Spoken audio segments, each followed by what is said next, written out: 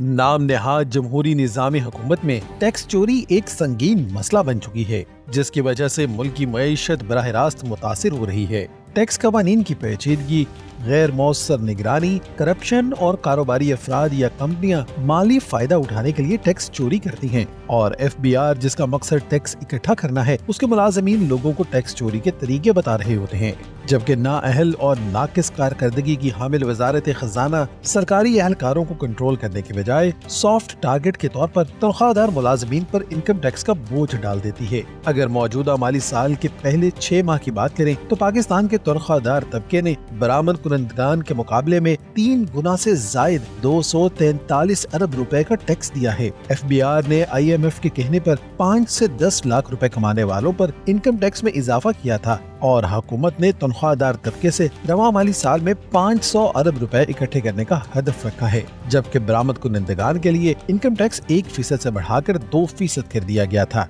बरामद कुनंदगान से तो टैक्स हदफ इकट्ठा नहीं हो सका, लेकिन FBI ने तनख्वाहदार तबके से टैक्स वसूल करके हदफ हासिल कर लिया है। ये जमहूरियत ही का तोहफा है जिस पर नाकिस हिकमत अमली की वजह से तनख्वाहदार तबका पूरे मुल्क का बोझ बर्दाश्त कर रहा है, जबकि हुकूमत में बैठे सियासतदान जो खुद को जमहूरियत का चैंपियन कहते हैं, वो खुद टैक्स नहीं देते हैं, बल्कि सबसे ज्यादा टैक्स चोरी में यही सियासतदान मुलव्विस हैं। जबकि खिलाफत के सुनहरे दौर में न सिर्फ अवाम बर वक्त टैक्स देते थे, बल्कि खलीफा भी वक्त पर टैक्स अदा करता था और किसी भी बाअसर शख्स को टैक्स चोरी करने की जुर्रत नहीं हुआ करती थी। अगर कोई ऐसा करता था तो उसके खिलाफ फिलफौर कानूनी कार्रवाई की जाती थी। लिहाजा हमें नाम नहाद जमहूरी हुकूमत की बजाय खिलाफत के निज़ाम को अपनाना चाहिए ताकि किसी पर भी किसी किस्म का जुल्म और ज्यादती न हो।